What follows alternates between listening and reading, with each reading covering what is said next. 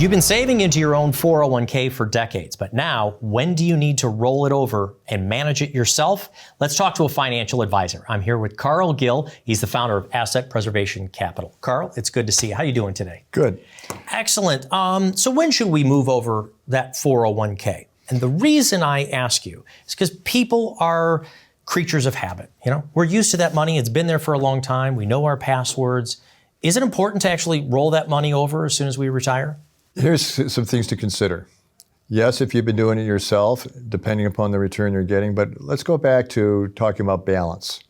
If you have a 401k, generally you're limited to the number of choices that you can put into that money to work into. And sometimes they're not all that great returns. So you can get the whole universe to choose from, and if you have a good advisor, they can help you to select those funds that are going to give you the best value for your money. Now, when do you do it? On the in-service withdrawal, you can do it before age 59 and a half. Many companies will let you take a certain percentage, usually about a third, out of the 401k and roll it over into an IRA. No tax, no cost to do it. Or you can take, after age 59 and a half, you can roll the whole kit and caboodle over and put it into a self-directed IRA. And if you're going to do that, you need to, again, think about balance and making sure that you're not putting too much at risk. Maybe have some of it in some safe money, guaranteed investments. We help out with that as well.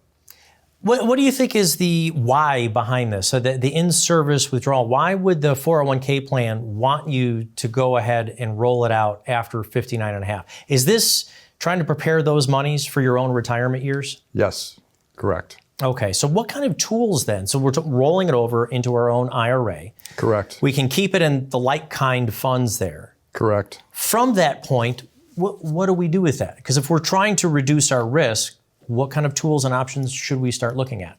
Well, you can put some of the money aside into a guaranteed lifetime income.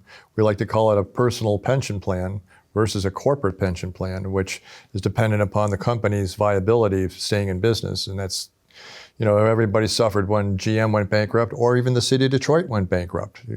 So there's no guarantees that are out there. So you want to diversify, and you want to set yourself up with a regular monthly check in the mail that you can feel good about and sleep good at night. So as we know from the state of Michigan and all of the different automobile companies that used to offer pension plans, you're talking about taking my own life savings and turning it into a pension-like plan, meaning pays me every single month, money that I can never run out of and I can't outlive it. Even if it's paid me back all of my own principal, it will continue to pay me as long as I live? Yes, and not only that, but you can pass on the remaining balance to your heirs. Unlike a corporate pension plan, there's no money for your kids. Should you almost kind of on. like Social Security. Once you pass on, it's not like it goes on to your heirs. It doesn't go to your spouse or your kids. It's done with. Correct. Is that a change then from the annuities of years ago? Because that's what you used to hear. If you looked up, are annuities good? People would say, oh, you know, you lose the principal, you know, if you pass away too soon, really, really high fees in there. Have the annuity world, has the landscape changed on that? Dramatically.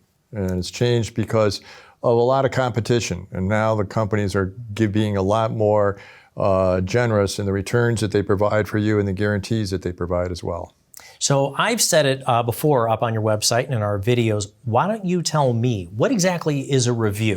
Somebody calls the phone number, comes into your office. What is that first appointment like with you? First of all, it's relaxed. We're not here to pressure you into doing something. And as a fiduciary, we're always here to help you get the best value for your money.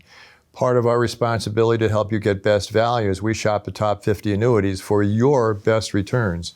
Not us to get the best commission, you to get the best returns, the safest returns, and doing it the best way. Like some people, if they choose immediate income, they might get a little bit less than if they chose to defer it for a year or two before they started to receive a guaranteed income. So now you're bringing this whole thing together, and I think this is why you were talking about in-service withdrawal, that if you start the time clock on a pension-like tool like that, it's 61, 62, and do it deferred, then maybe by the time you're at your retirement years, you can turn on that income, you can turn on your Social Security income, and you can still have some of your investment growing for even later in retirement. Well said. Thank you very much. The light bulb, you turned on the light bulb for me. Folks, let us turn on the light bulb for you. Call the phone number down on the bottom of the screen. Do your retirement readiness review with the team here of Asset Preservation Capital, led by financial advisor Carl Gill. Call that phone number or go to the website. You can schedule your own appointment right now at assetpreservationcapital.com.